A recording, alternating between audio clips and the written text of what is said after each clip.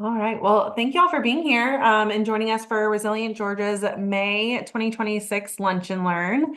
I am super excited to introduce our presenter today. Our Lunch and Learns this year have really been tailored around the needs and trends and things that coalitions wanted more information around this year.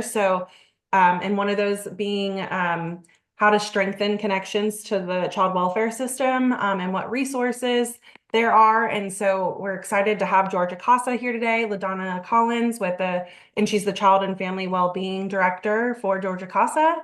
And so I'm so excited for her to give a high level overview of Georgia CASA and the programs that they offer, and how to get connected to your local CASA, to your regional coalitions and partners. So I'll hand it over to you, LaDonna. Thank you so much, Alex, and thank you to the whole Resilient Georgia team. I just wanted to thank you all for allowing me to be with you today. As Alex stated, my name is LaDonna Collins, and I am the Child and Family Wellbeing Director. And when Alex and I were first talking, it's almost like I'm coming full circle because back in 2020, I was the Executive Director for the Rome-Floyd County Commission on Children and Youth, which is the Floyd County site for Family Connection. And I'll never forget it. I can remember where I was. I was on my way to Orange Beach, Florida, and my regional manager from Family Connection, Gabrielle Hawkins Stewart, called me and said, "Hey, where are you? We need to start writing a grant ASAP." And I'm like, what? Like, what's going on? I'm on the way to a not so much COVID vacation, right? And it might have been 21. It may not have actually been 2020. I think it was, I don't know, anywho, 2020 or 2021. But I was in the car. And from 2020, 2021 to 2024, I was the fiscal agent and one of the lead partners for building a region of resilience that's in Northwest Georgia. It was round two, and they're still thriving today. So it's so gives me so much honor and pleasure to be back with you all today. But today, as I stated, I'm the Child and Family Wellbeing Director for Georgia CASA. And I'm so excited for the opportunity to share a little bit more about Georgia CASA and the work that we're doing across the state and how we can continue to strengthen those connections with Resilient Georgia coalitions. But I want to focus on not only who we are as an organization, but also on how partnerships and collaborations can really help us build stronger and more resilient communities for children and families all across the state of Georgia. This is something that all of you are already doing, but how can we get Georgia CASA a little bit more in this piece and make a full pie? So, as we talk today, I hope that you will hear my heart, the heart from Georgia CASA about how we collaborate, how we would love to think about prevention, but we come on that opposite side of prevention, and you are the people that are really working on the prevention end. We're on the opposite side of that, but how we're looking at things through a trauma informed, poverty informed, common language informed lens and community partnerships. So you see this map before you. Guess what? Everybody's map is totally different across the state, and so is ours. But before we talk a little bit about our partnerships and resilient work, I want to take a moment to tell you who we are to the core. And at the center of this work, um, are children who simply need someone to consistently show up for them. Many of the children that we work with through CASA, they've experienced those significant instability, uncertainty, and something that Resilient Georgia and you all know about is trauma. And during those moments, I call them the cream of the crop that always rises to the top. Our CASA volunteers become those trusted adults who really help ensure that our CASA kids' voices are heard and their best interests remain the top priority. I was thinking earlier and I was like, I know everybody that's on this call today, as I'm floating through, looking at your pictures, seeing some familiar faces. I can believe it almost 100% bet, if I was a betting person, that everybody had one trusting adult outside of their parents, whether it was your aunt, your grandparents, your next door neighbor, maybe your science teacher, your Sunday school teacher. think about that as we're going through this and how that person really influenced and imparted wisdom into your life. Think about that as you're thinking about your community and the work that you already do it with your resilient regional coalitions. This will help you understand more why the importance of having CASA into your network and the work that we do so much more valuable. But like I said, those adults, they show up on a daily basis for those children. But what makes Georgia CASA so powerful is the impact that is happening across communities all across the state, from those rural areas to the larger areas, the larger cities. You can see here on the from the slide. Georgia CASA supports and strengthens 47 CASA affiliates. One of our newest affiliates is on the online today. And we serve 159 Georgia counties, just like Family Connection. But through our affiliates, they have a deep understanding of the unique needs of the families that they serve. And our role at the state level, what we do at the state level, is to help strengthen and support the local programs so they can continue doing the work that they do well. It's almost like we're their lid lifters. We want to make sure that if you draw a 10 on their head and on their forehead, we do all the things that they're not a 10 in. We want to make sure that those relationships that they might need in the state levels are there. If they need help with advocacy work, we want to make sure that we can support them with the advocacy work, with leadership development, with resources and opportunities to really collaborate across the affiliates. But what I appreciate most about Georgia CASA is relationships and human connections. And that helps us understand what we're doing and pushes us deeper into this conversation today about resilience, trauma informed care, and community. So, over the last several years, what we've seen is meaningful impact happens when we can connect, when we can collaborate, when we can partner. And as Georgia CASA, as we continue to strengthen the affiliates across the state, we've recognized the value of helping our affiliates become more deeply connected within their communities and through their region. So that is what has led us to these conversations with Alex and Audrey and Nikki and Emily Ann, about how can we get Georgia CASA involved in the work that Resilient Georgia has been doing for years. And so we want to, like we said, this work is not about, adding another responsibility to their plate, but it's about strengthening the work that we already do. I remember when I was the lead fiscal agent, and one of the lead partners with building a region of resilience in Rome, Georgia. One of the things that we always shared with the other counties that we were all together is, this is not work that you're adding to your plate. This is something that we should already be doing. This is something that should already be happening across the state. And that is what we're telling. So the more connected we are across our systems and communities, the better equipped that we are to be able to support the children and families that we work with. So why does this matter? The work that we do matters because we know children and families involved in the child welfare system, they've already experienced significant adversity. They've experienced trauma. They just through their child abuse and neglect, through their ACEs that they've experienced, even before the possible child abuse and neglect. And many children that we see, like I said earlier, instability, loss, abuse, neglect, those disrupted relationships, but also how about those disrupted school systems?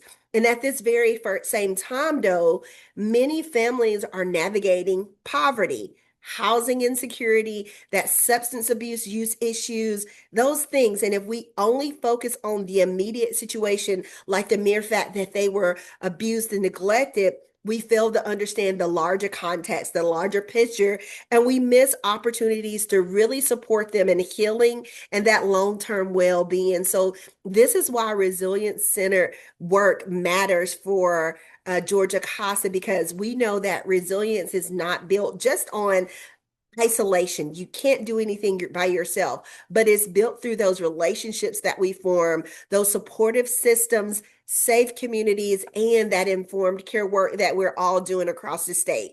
So, one of the things that we're doing through Georgia CASA, something that we have recently introduced to our affiliates, is continuing the work. It is our lens distinction initiative.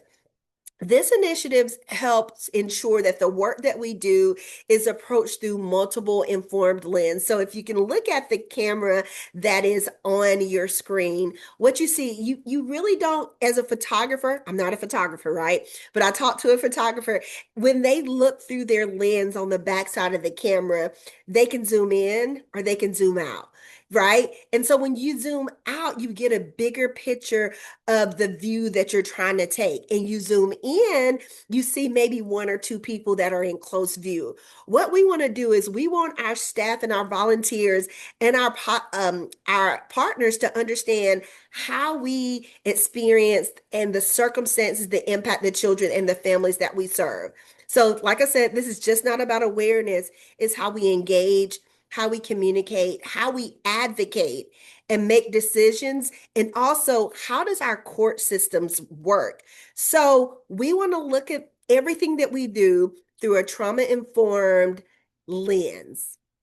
With this lens, we work to reflect empathy, understanding that culture responsiveness, and trauma informed work. This lens distinction helps create like a framework for us that works across all of our affiliates. So, as part of this initiative, there's several focus areas where we're intentionally emphasizing and focusing our work. As you can see right here on the screen, the first one is trauma informed care. And understanding trauma changes the way we approach the behaviors, relationships, the communication, and our advocacy work that we do. It really helps us. You guys all know this sentence, ask, go from what's wrong with you to what happened and how can we support that healing. So to strengthen this work for our organization, particularly in our trauma-informed care, we have partnered with Kennesaw State University to provide our staff with the opportunity to complete our CASA branded micro certification in 5 modules. Those modules are the psychosocial social development, biological development, culture responsiveness, restorative practice, and systems change policy and leadership. Like I said, this is backed by Kennesaw State University, as well as Emory University and Children's Healthcare of Atlanta. And what we do, this also is going to be providing further evidence-based support. But by completing these 5 modules, and getting a deeper understanding, our staff and our volunteers are going to be able to walk away with a certification in trauma-informed care. I did it last year, and it was so rewarding to be able to walk away with a deeper understanding of what trauma-informed care is in all of the areas that are mentioned. Our staff and volunteers also have the opportunity to participate in other trainings like the TBRI training, Trauma 101, and Poverty 101 through resilience and poverty awareness. And so the affiliate offices will also be guided on policy procedures. What are those policy procedures that you can change to follow our lens distinction as well? And like I said, continuing education. So we're really intentionally investing in learning because we recognize that informed advocacy leads to more passionate and effective support for the children and the families. And our focus areas also include housing and food stability, substance use and awareness, the LGBTQ plus IA, inclusivity, protective factors, and resilience building. So we want our staff and volunteers to walk around on a daily from everything that they do, but also in-house, thinking about the different lenses that they can focus on every single day. So, another thing that we've learned through collaboration and through us working in the child welfare system is having a common language.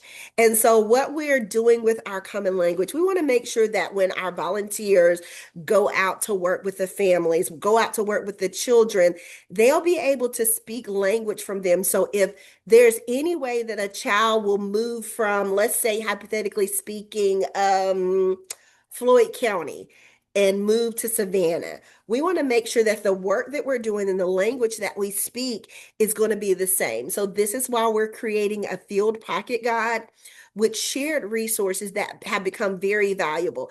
Those field pocket guides are going to talk about, okay, instead of saying that a person is homeless, our terminology will be this person I'm sorry, I had a brain fart. Is temporarily unhoused. Instead of saying that a person is on drugs, this you can say that this person is a person always living in recovery. There's different terms for the LGBTQ plus IA community, and we're going to put that language in there so they'll be able to understand and help support the children and the families that they work with from the beginning. It's literally going to be a pocket guide that they can pull out everywhere, because what we do understand is when people across systems are speaking the same language and operating from a shared understanding, we create that consistency and support for the family. So this also helps reduces the stigma and then increases the likelihood that the families feel heard, they feel safe, they feel brave, and they're okay with engaging in services between different systems. So, what do our partnerships look like? Like I said, our field pocket guides are very, very important. What we are looking to do is with all the regional resilient Georgia coalitions, we already know that you guys are bringing it together around prevention and healing. So, our goal is we would love to connect the CASA affiliates to expand opportunities for collaboration and impact. And these coalitions are going to align the resources and training that will help bring a further stronger community support. So, what does success look like for this? Success looks like I would love to have every Georgia CASA affiliate being connected to a regional coalition. Alex and Audrey have been amazing in helping us connect with you. And some of our affiliates have already done that. It looks like a stronger partnership between CASA programs and the local stakeholders. It also looks like the communities that prioritize resilience. That's something that you all have been doing through your coalitions, is that you're working on resilience, you're working on healing, you're working on prevention. Like I said earlier, we are on the other side of the table where that trauma has already occurred. And we just want to pull up a seat to the table to show you all, like, when we got to think more this way and we got to move more in this way. But ultimately, success means children and families are better supported because all systems and all organizations are working together instead of separately, like in silos, like that S word that nobody likes to talk about. So, how can we partner? There's many, many ways that we can partner. One of the ways is simple, but is a simple step, but just inviting the CASA affiliates into coalition conversations and planning efforts. There are also opportunities to share training resources. I was just talking to someone from Region 1 that's in Whitfield and Murray, and I was connecting our Whitfield and Murray CASA program to them, but they didn't realize that they had already connected. The Whitfield Murray executive director for Family Connection did a training for them last fall, but they didn't realize the work that it was doing through building a region of resilience. So just understand us, helping us understand, and you kind of communicating with this. Hey, this is the resilient Georgia work that we've been talking about. Like I said, we want our CASA affiliates to be more active, engaged partners within their region. And so we know that when we bring different perspectives and expertise together, we create stronger systems. And that's the biggest thing that we want to make sure that we do is we create the stronger systems. And as I mentioned earlier, our volunteers are the cream of the crop for us. They're the ones that are a lot of times out in the trenches, and we understand this is not a campaign, this is not a marketing scheme, but we do understand that the more that you know about who we are, the more volunteers we can get. We have a lot of counties within our across the state that are not serving the children. Maybe sometimes they're serving 50% of the kids.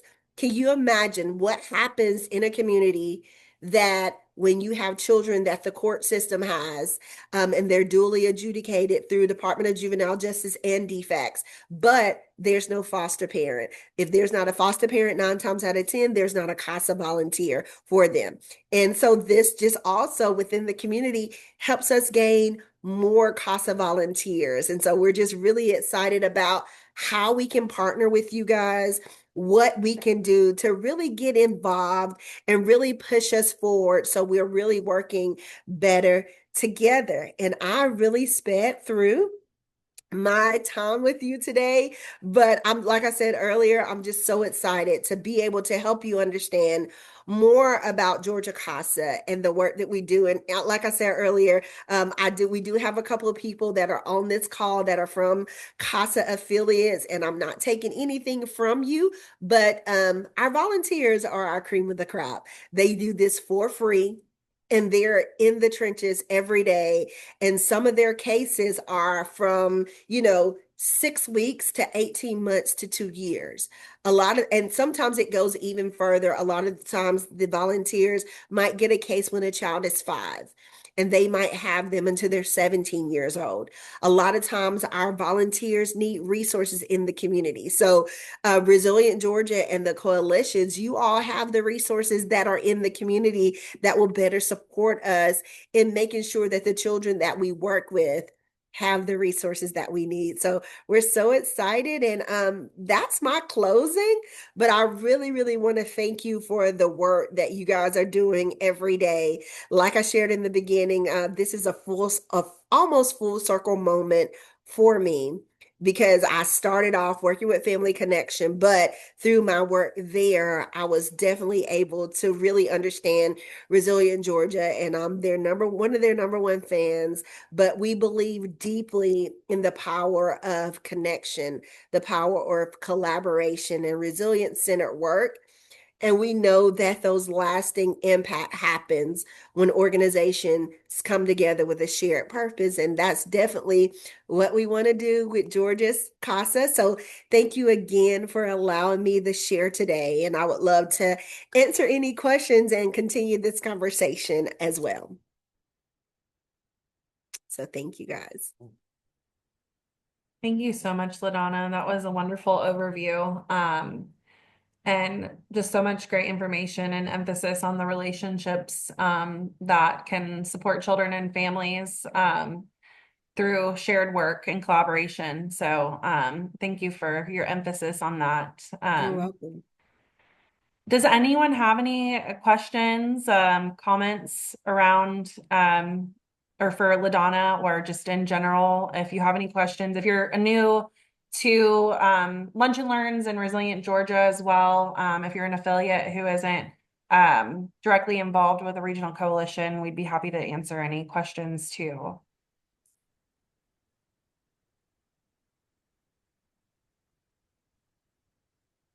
And you know what? I failed to mention, I apologize. And it was in my mind, but I just skipped over saying it. I'm just so happy that one of our affiliates, TLC CASA, is actually one of the 20th coalition's fiscal agent and one of their lead partners, actually, two of them, TLC CASA and Southwest Georgia CASA. So that's so exciting that we were able to come alongside of you for this most recent coalition and bring them forward to help support and lead the effort. So, Yeah, we're so grateful for all of the connections you've helped us make. We do have a question in the chat. Lynn asked, are the CASA volunteers seeing more trauma-informed courtrooms and judges, and how can RG help the systemic change? Yes, so a lot of our courtroom systems are seeing more. We're actually pushing it more in the courtroom. It looks different in the courtroom compared to a CASA office because a lot of times, we don't see children in the CASA offices, but in the court systems, they are seeing the children there more. And we are really starting to turn that around because trauma-informed work in the court system is vitally important. I'm sure you know Troup County has an amazing trauma-informed court system. We toured it, I think, in the fall during our Council of Programs conference in LaGrange, and we were able to see how the smallest minute things, when you think about looking through that trauma-informed lens, having somebody greet them as soon as they come in the courthouse, having snacks, having comfort foods for them to have during the process while they're waiting on their court case. I go around the state here and there and do court observations. And just earlier this week, I was in Bartow County, and I got there at 8:30, and I was talking to the volunteer supervisor, and she was like, "Okay." The court system, everybody had to be here at 8:30. And on the docket, everybody's court case was for 8:30 this morning. And it was about 10:45, we had only seen two.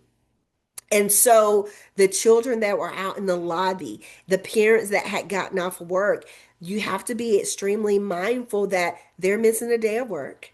They're hungry, they're hot. So those things too are trauma. So having trauma-informed court systems is vitally important. So yeah. I just wanted to come off mute and to say thank you, LaDonna, for what you do. I'm here in Gwinnett County, and we work very closely with our CASA director, Erica McClam. Yes. And she's a part of our collaborative, and the scheduling piece has been a little tricky, but we are working to schedule trainings for staff as well as the volunteers because she wants them to become closer to being trauma informed, and we want to help to support that. So just wanted to say thank you for what you do. Oh, thank you so much, Dr. Shannon. Thank you so very much. We're excited about that connection.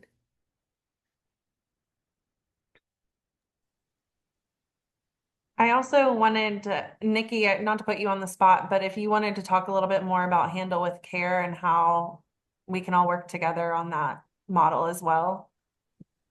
Yeah, absolutely. So as some of you may know on the call, hopefully most of you know, Handle with Care is a partnership between local law enforcement, first responders, and school personnel. So if a child is exposed to some sort of traumatic event where law enforcement or first responders are called to the scene, and there's a child in there on the scene, then the law enforcement would submit a Handle with Care notification to the child's school. And all that it would say is the child's name, the child's estimated age, and who their teacher is. And so then once the school gets that, like whoever the liaison is, it would go to, it would get filtered to like their direct teacher, the principal, and maybe the school counselor, whoever is deemed to be just like the direct support staff for that student. So it's not something that gets shared super widely. And they don't know information about the event. They just know that a child was involved in some sort of event.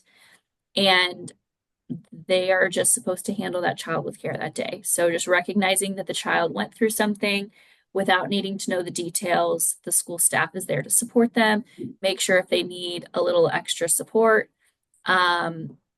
they will get that day. So if the child's falling asleep at their desk, maybe they don't get sent to the principal's office, maybe they get sent to the nurse or the counselor, just check in, see if they just need some rest, if they need anything, and just check in. So that's another example of a trauma-informed initiative that we are really trying to get statewide in all of our schools and all of our counties. And anybody in their community can really be an advocate for this. So I think CASA is a great natural partner. Our coalition leads and just any of your coalition partners that work within the schools would be great. We host a monthly task force meeting. So our task force meeting is tomorrow at 10 a.m. So if you would like that invite to learn more about how to implement this in your community, we would love to have you there. Feel free to put in the chat if you're interested in those invites and I'll get them sent to you, or you can just email me at nwarner@resilientga.org. Thank you so much, Alex, for putting that in the chat. And Okay. I feel like that is another model that Judge Key, I feel like we always call him out because he's so awesome. That is something that was implemented first in Troup County. It is a model that was developed by a group in West Virginia, and is just an awesome trauma-informed model and the prevention of re-traumatizing a child that's been through something challenging. And he is or Judge Key is very passionate about juvenile judges being involved in knowing that Handle with Care is happening. So if you have those relationships, as obviously CASAs do, then, just kind of championing it with your local judges is a huge step forward in seeing this through. So we would love the support in that effort. Hey, Alex, I think we did have another question from Michael. Oh, okay. And Oh, he yeah. Yeah. How many CASAs receive local government support from their efforts? Michael, what organization are you with? I just wanted to compare it to another organization. But if you have time to type that in, that's good. But if not, United but Way. Oh, United Way. Okay. So, like a lot of organizations, our CASA affiliates, some are nonprofits, some fall up under the school systems, some are standalone opportunities. So, it varies from to community. So, some of them do receive local government support, but not all of them do. I do know there is funding that comes from Georgia CASA that we do get from state level agencies, and we trickle it down to our affiliates, but they also are, like I said, their own nonprofits. So a lot of them are raising funds on their own to make sure that the work that they do is sustainable. And then Lynn also asked, do CASA volunteers partner with Kate's Club? Well, Lynn, I am not sure what Kate's Club is, so I would love to hear more about what that really is. So, hey, if it's something that our CASAs can get involved in, I would love to share it on. So Kate's Club is a grief and bereavement organization based in Atlanta, but they've really tried to expand their efforts throughout the state over the past 2 years. But they provide virtual opportunities for youth and children that are experiencing grief, the loss of a loved one. And they have so many amazing resources that anyone can share, anywhere from books that work for, appropriate age levels to parents who are now caring for a child that's, going through the loss of a parent or sibling and that kind of thing. So they're an awesome organization. And if anyone would like to be connected, we'd be happy to do that. I would love to be connected. And I am going to ask a theoretical question, but when you say grief support, is this grief physical, or could it be the mere fact that their parents are incarcerated and they're no longer in their presence, or is it a physical death? I've asked that and they focus solely on the loss, like through death. Okay. Yeah. Okay. That's still just as well. So definitely something that if we could get some resources about it, we would love to share it with our affiliates. Wonderful. And I was also going to share that with Georgia CASA, when I talk to the different affiliates, it's so amazing to me that with one case or multiple cases, how many agencies we deal with. We deal with, DFACS, the school system, the healthcare system, The list just goes on and on and on and on. The court system, like I said, Department of Juvenile Justice for our older youth. And that's one of the our older youth is our happy Achilles heel. That's what I'll call them. Sometimes they're the hardest ones to work with because sometimes they don't come in care until they're older and they've already experienced life, and having a volunteer work with them on, I was 13 once, right? You were 13 once. So at that rate, 13, 14, 15, 16, 17, we already knew and we already looked at our map of the world differently. But we work with Mentor Georgia, Florida. Now they're Georgia, Florida, just to make sure that we get support through mentors, through advocates in helping our older youth. So the amount of agencies and organizations that we already work with is a laundry list, but it helps us support the children that we work with because, like I shared earlier, our number one goal is to serve in the best interest of the child. Sometimes with our main goal is always reunification. A lot of times people look at that differently. Why should a parent who has possibly abused and neglected a child be able to receive reunification? But if they've done all the things that the judge has put in place for them to do and they've worked them back into reunification, that's good. One of the things that the judge says in Georgia, he says, children don't want a new set of parents. Wait a minute, they don't want better parents. Oh, they just want their parents to get better. So all the children want is their parents to get better. They don't want to be removed from the houses. They just want their parents to get better. And in order for the parents to get better, that means that we do have to work with substance abuse. We do have to work with financial counseling a lot of times for families. A lot of parents, when it's time for reunifications, they need beds. So we work with organizations like One Door Poke, Restoration Rome, all of these one-stop shop foster care locations across the state, so we can walk in counseling services, medical support. The list is long, but it helps our families be able to reunify because we have a full system of care around them. I can go on and on, but I'm gonna zip it really quick just in case there's any more questions before we have to leave. I just wanted to chime in about that. I was speaking to one of our coalition leaders kind of on the subject of reunification and just how important it is for people to be trauma informed in this space because, like, yes, we want the children like to be with their parents and we want the parents to get better and recover and help them heal and help them get resources that they need, right? And she was expressing to me how it's like our society will support foster parents, right? Financially, make sure that they have enough to support that child. But when it comes to the actual biological parents, we are less likely as a society to give them support. And so, what if we shift that conversation of, yes, we support foster children or foster parents and foster children when we are supporting them temporarily, but what would that look like if we just supported their parents to get on their feet?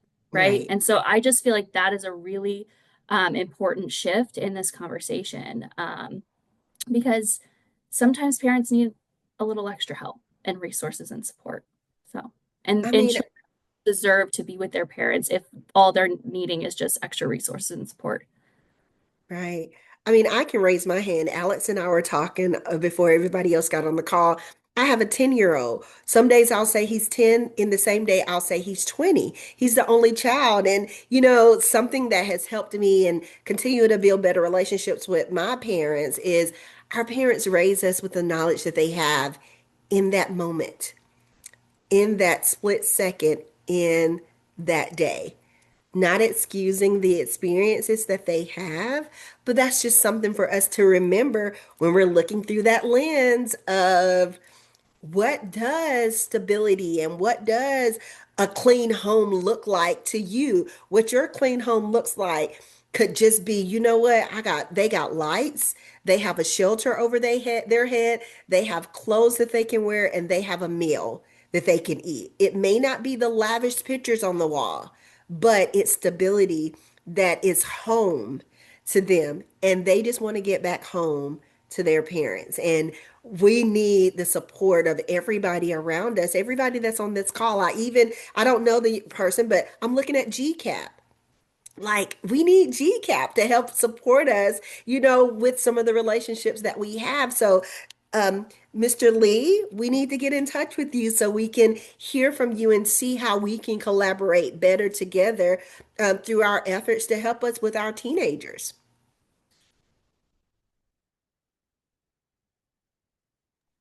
If I could find the unmute button. Hello. Hi. Hi. Hi. I'm gonna put my email in the chat and let's talk. Absolutely. Yes, Let's yes. talk. Would love to do that. Thank you so very much. Thank you. Thank you, Delaric.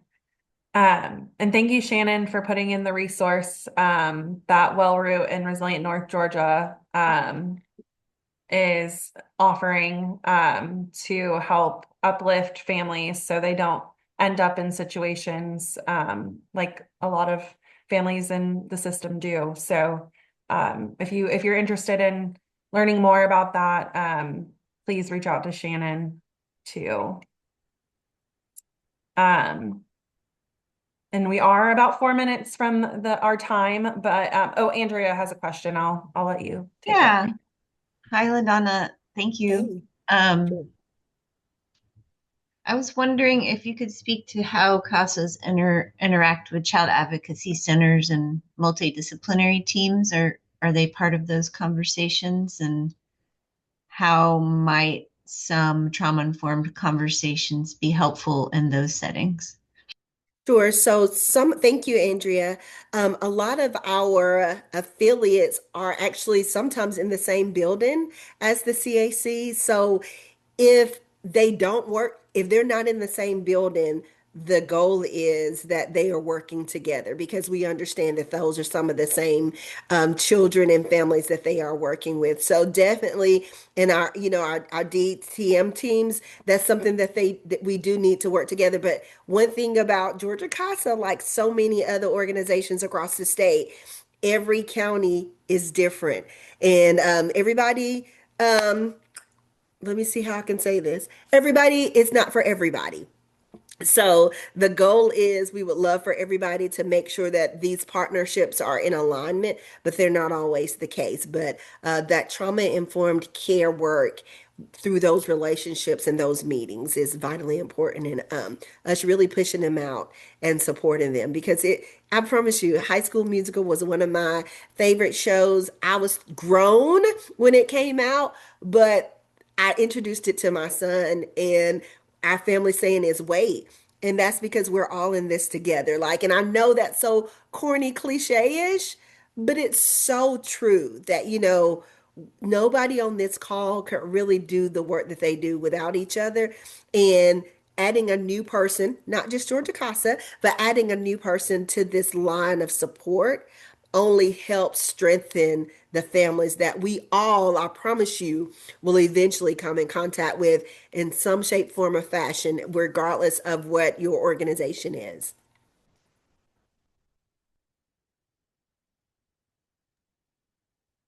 Thank you.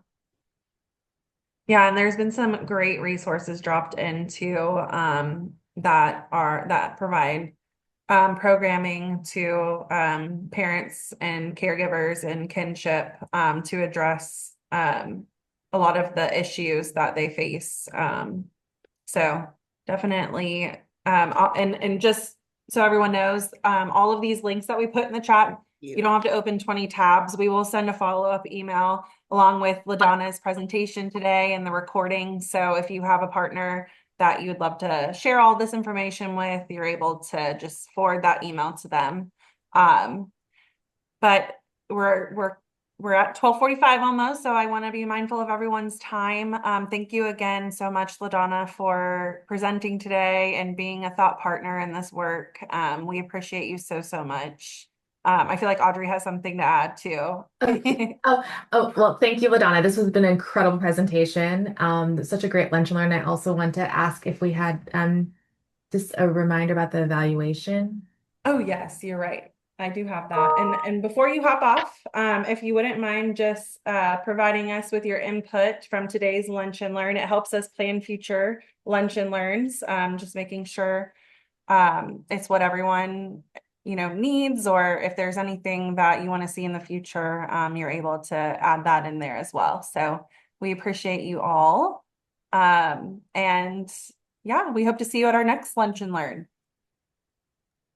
Hope Thank you you have so very much. And thank you for all of the Georgia CASA affiliates that are here. I know some of them had to leave, but Elizabeth from Central Georgia and TLC CASA, as well as Carla Baker and Sherry. And I see so many of you. So thank you all so very much for being here with me today.